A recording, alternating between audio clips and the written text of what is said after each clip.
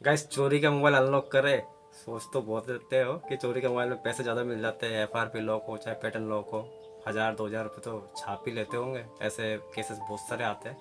तो चोरी का मोबाइल अनलॉक जिन्हें नहीं पता है, मैं इस वीडियो में बता दूंगा कि चोरी का मोबाइल जो है अनलॉक कैसे करते हैं। वैसे वीडियो बहुत सारे देखे होंगे, एक वीडियो मेरा भी देख लो, शायद आपको कुछ इसमें नया सीखने को मिले। अभी ओप्पो वीवो एमआई, एक्चुअली चोरी का मोबाइल जो है किसी भी आ सकता है, कैसा भी आ सकता है, सैमसंग का भी आ सकता है, एमआई ओप्पो वीवो कोई से भी आ सकता है। हर मोबाइल का अलग अलग मेथड होता है अनलॉक करने का। जैसे कि एमआई का मोबाइल हो गया। अब एमआई के मोबाइल में जैसे मान लो कोई कस्टमर आता है आपके पास अनलॉक करवाने के लिए, तो सबसे पहले आप यही देखोगे कि उसमें क्या लगा हुआ है, पैटर्न लॉक लगा हुआ है या एफआरपी लॉक लगा हुआ है, एमआई अकाउंट लगा हुआ है। पैटर्न लॉक वो होता है जिसमें हम स्लाइड वाला वो करते हैं। पासवर्ड वो होता है जिसमें ABCD नंबर 1 2 3 4 वो वाला होता है। और एमआई अकाउंट वो होता है जो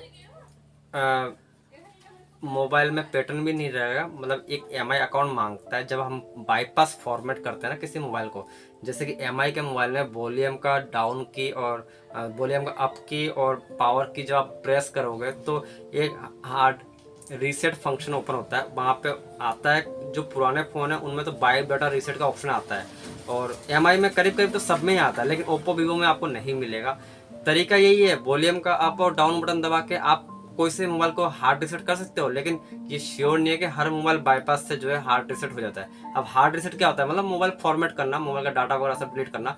पैटर्न लॉक नहीं मांगेगा, पासवर्ड भी नहीं मांगेगा। लेकिन अगर आप बाईपास हार्ड रीसेट करते हो तो एफआरपी लॉक मांगता है या फिर एमआई अकाउंट मांग सकता है।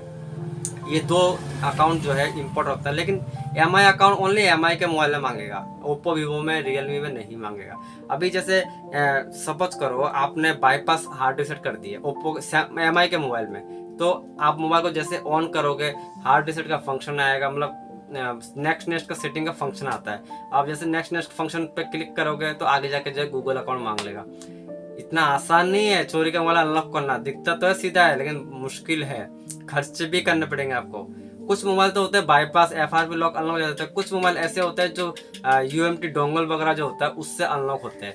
अब सबके मेथड अलग अलग है, सैमसंग का मेथड अलग होता है, ओप्पो का मेथड अलग होता है, वीवो का मेथड अलग होता है।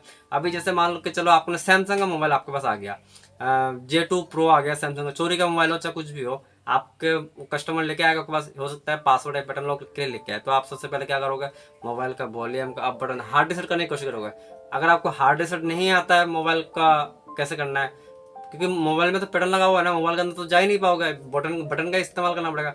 अब हार्ड रीसेट कैसे करोगे, हार्ड रीसेट करोगे आप भले गूगल में सर्च कर लो कि कोई भी एक मॉडल नंबर का आ गया, सपोज करो सैमसंग J2 प्रो है तो सैमसंग J2 प्रो आगे लिख दो हार्ड रीसेट, तो आपको दिख जाएगा हार्ड रीसेट कैसे करना है। वो बहुत सारे ट्यूटोरियल मिलेंगे आपको, उन ट्यूटोरियल को फॉलो करोगे तो वॉल्यूम का up button, home button, power button दबा के जो है हार्ड रीसेट कर लोगे, तो आपका एक लॉक तो हो जाएगा अनलॉक हार्ड रीसेट से। उसके बाद में आता है, अब जैसे आप बाईपास हार्ड रीसेट करोगे, अगर वो जिस बंदे का मोबाइल है वो बंदा श्योर ईमेल आईडी तो डालेगा ही डालेगा, क्योंकि ईमेल आईडी अगर नहीं डालेगा तो गूगल अकाउंट यूज नहीं करेगा, ना तो वो यूट्यूब चला पाएगा, ना ही कोई मतलब हर तरह से उसको प्रॉब्लम होगा, ना ही प्ले लिस्ट से कोई ऐप डाउनलोड कर पाएगा, ना ही गेम खेल पाएगा, ना ही यूट्यूब चला पाएगा। तो ईमेल आईडी तो डालेगा ही डालेगा। अब ईमेल आईडी डालेगा तो बाय उसी को हम कहते हैं एफआरपी लॉक। कहने का मतलब है अगर कोई बंदा ईमेल आईडी डाल के रखता है और कोई चोर अगर बाईपास अगर हार्ड रीसेट करता है तो एफआरपी लॉक जो है गूगल की सिक्योरिटी के तौर पे एफआरपी लॉक रखता है। एफआरपी लॉक के विस्तार से मैंने बहुत सारे वीडियो बना रखा है, फिलहाल तो ये चोरी के रिलेटिव में वीडियो बता देता हूँ।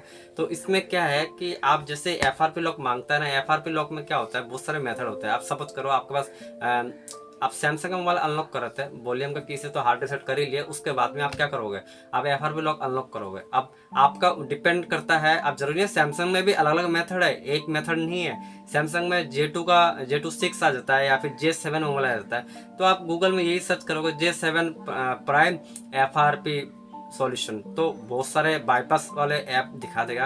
ये 2 file quick shortcut app download करो, उसके बाद में एफआरपी 0.1 डाउनलोड करो, एक दूसरा कोई नया ईमेल आईडी डालो, फिर पासवर्ड डालो, फिर मोबाइल को रिबूट करो, फिर मोबाइल को ऑन करो, फिर अपना वो मोबाइल जो है एफआरपी लॉक अनलॉक हो जाएगा। ये तो ओनली सैमसंग में है, लेकिन ये मेथड अब अगर आप एमआई में यूज़ करोगे तो ये ऐसा नहीं होगा। एमआई के मोबाइल में यूज़ करना है अगर आपको तरीका अपनाओगे तो सेम यही तरीका होगा, थोड़ा सा डिफिकल्ट होगा।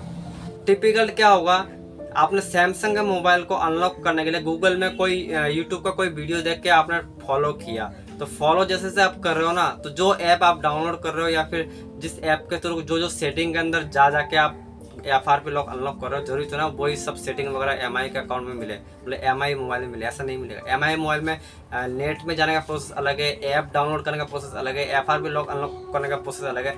कुल मिला के ये है, जब कोई आपके पास मोबाइल आता है चोरी का, तब वो मोबाइल जो है आप उस मोबाइल का मॉडल नंबर गूगल में सर्च करो। सर्च करने के बाद में पहले ये देखो कि मोबाइल में लगा हुआ क्या है, पैटर्न लॉक लगा हुआ है या FRP लॉक लगा हुआ है या MI अकाउंट लगा हुआ है। MI अकाउंट ओनली MI में आएगा। ओप्पो का iCloud अकाउंट अलग से होता है, तो रियलमी का अलग से मेथड होता है। तो सब मोबाइल को कौन सब तरीके को भूल जाओ, क्योंकि पागल हो जाओगे। सब तरीके को अगर फोकस करोगे ना, कि मैं बताऊंगा तो रात हो जाएगा इनमें।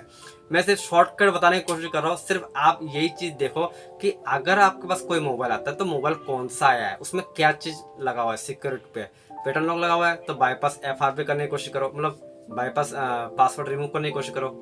आपको रिमूव नहीं आता है, कोई बात नहीं है, गूगल में सर्च करो सैमसंग J2 Pro, आगे लिख दो हार्ड रीसेट, तो उससे तो आप मोबाइल का पैटर्न लॉक रिमूव कर लोगे। फिर उसमें ईमेल आईडी मांगेगा, फिर आपको गूगल में सर्च करना J2 Pro FRP account remove, तो वो गूगल में ये भी चीज बता देगा, फिर आप उस अकाउंट को रिमूव कर दोगे। तो सैमसंग का मेथड ये हो गया। अब बात करते हैं MI का। MI में अगर मान लो MI अकाउंट लगा हुआ है, ये होता है पावरफुल सिक्योरिटी। इसमें आप जो है बाईपास आप अनलॉक नहीं कर पाओगे, ना ही आप नेट पे कितना भी ट्यूटोरियल देख लो, फ्री वाला सिस्टम इसमें है ही नहीं। एकमात्र कुछ बिगिनर क्रैक टूल का इस्तेमाल करते हैं, तो क्रैक टूल भी जो है आप इतने आसानी से इंस्टॉल नहीं कर पाओगे, और कंप्यूटर का थोड़ा बहुत नॉलेज होना चाहिए। क्रैक टूल इंस्टॉल करने के बहुत सारे दिक्कत भी है और सुविधा भी है, लेकिन वो इलीगल है। क्रैक टूल का यूज़ ना करें, मैं तो यही सजेस्ट करूँ। क्रैक टूल ऐसा होता है जैसे कि मान लो आप MRT डोंगल जो होता है वो अनलॉक करने का काम आता है, जैसे कि UMT होता है वो अनलॉक करने का काम होता है, मिराकल बॉक्स होता है वो अनलॉक करने का काम करता है, मतलब मोबाइल को अनलॉक करेगा।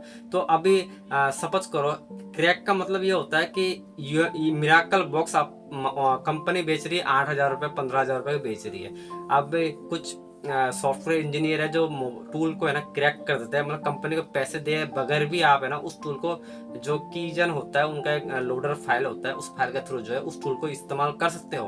उसमें ना तो कंपनी को पैसे देने की जरूरत पड़ता है और आप टूल को भी इस्तेमाल कर सकते हो। लेकिन हर लेटेस्ट वर्जन यूज नहीं करते, पुराने वर्जन यूज कर सकते हो, उससे सक्सेस भी होता है। लेकिन हर मोबाइल सक्सेस नहीं होते क्रैक टूल में, लेकिन वो इलीगल है काम। आप चाहो तो आप चाहो क्या, मैं तो यही कहूँगा कि आप लीगल काम यूज करो, लीगल तरीके से यूज करो।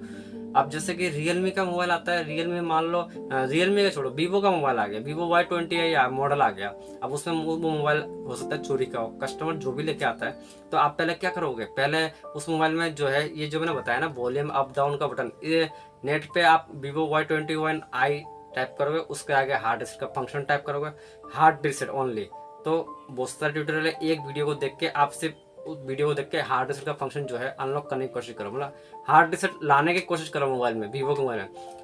अब लेकिन दिक्कत वाली बात तो अब आएगा, अब जैसे आप बाईपास बटन दबा के फंक्शन तो आ जाएगा, लेकिन उस फंक्शन के अंदर भी जो है पैटर्न मांगेगा, तब आप परेशान हो जाओगे, यार ये तो अंदर भी पैटर्न मांग रहा है और बाहर भी पैटर्न मांग रहा है। तो उसका कोई ऑप्शन नहीं है, उसमें आप कुछ नहीं कर पाओगे। अगर आप उसको अनलॉक करना चाहते हो तो कंप्यूटर का इस्तेमाल करना ही पड़ेगा, और कंप्यूटर का इस्तेमाल करना है तो आपको क्रैक टूल या फिर परचेस वाला टूल इस्तेमाल करना है। मैं तो क्रैक टूल का सजेस्ट नहीं करूंगा। परचेस वाला टूल जैसे कि MRT डोंगल वो 3-4 हज़ार रुपये का आ जाता है, मिराकल बॉक्स 8-10-15 हज़ार रुपये का ऐसा आ जाता है, अलग अलग फैसिलिटी है।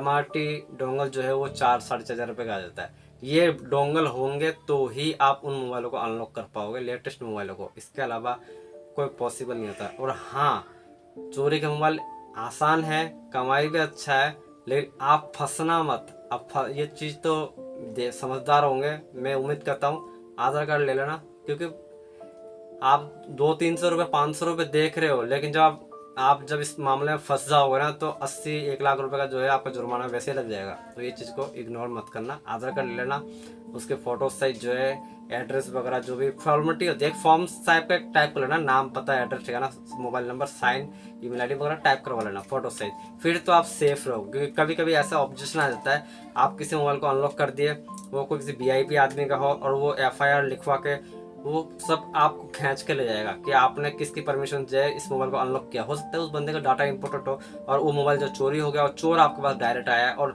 आपने उसको अनलॉक कर दिया, फिर सिम लगाया, उस एक्सेस कर लिया, मतलब ऑनलाइन आपने तो अनलॉक करके फ्री हो गए, लेकिन वो चोर क्या करेगा, वो सिम लगा के एक्सेस करेगा, मोबाइल को चलाएगा। जैसे वो मोबाइल को चलाता है उसमें थाने में ऑटोमेटिक पहुंच जाएगा कि लोकेशन कहाँ है, फिर उसको पकड़ेगा, फिर वो बोलेगा कि मोबाइल कहाँ से अनलॉक करा है, बाहर लेके चल, मेरा डाटा इंपॉर्टेंट है। फिर वो लेके आएगा आपके पास, और जब आप कहोगे मैंने तो मोबाइल में फॉर्मेट कर दिया, मोबाइल में सॉफ्टवेयर डाल दिया, फिर मोबाइल का डाटा तो नहीं मिल सकता। फिर वो आपके ऊपर ब्लेम करेगा, तूने कैसे बिना परमिशन के मेरे मोबाइल को फॉर्मेट किया है। उस कंडीशन पे आपके ऊपर जुर्माना लग सकता है, बहुत तगड़ा वाला।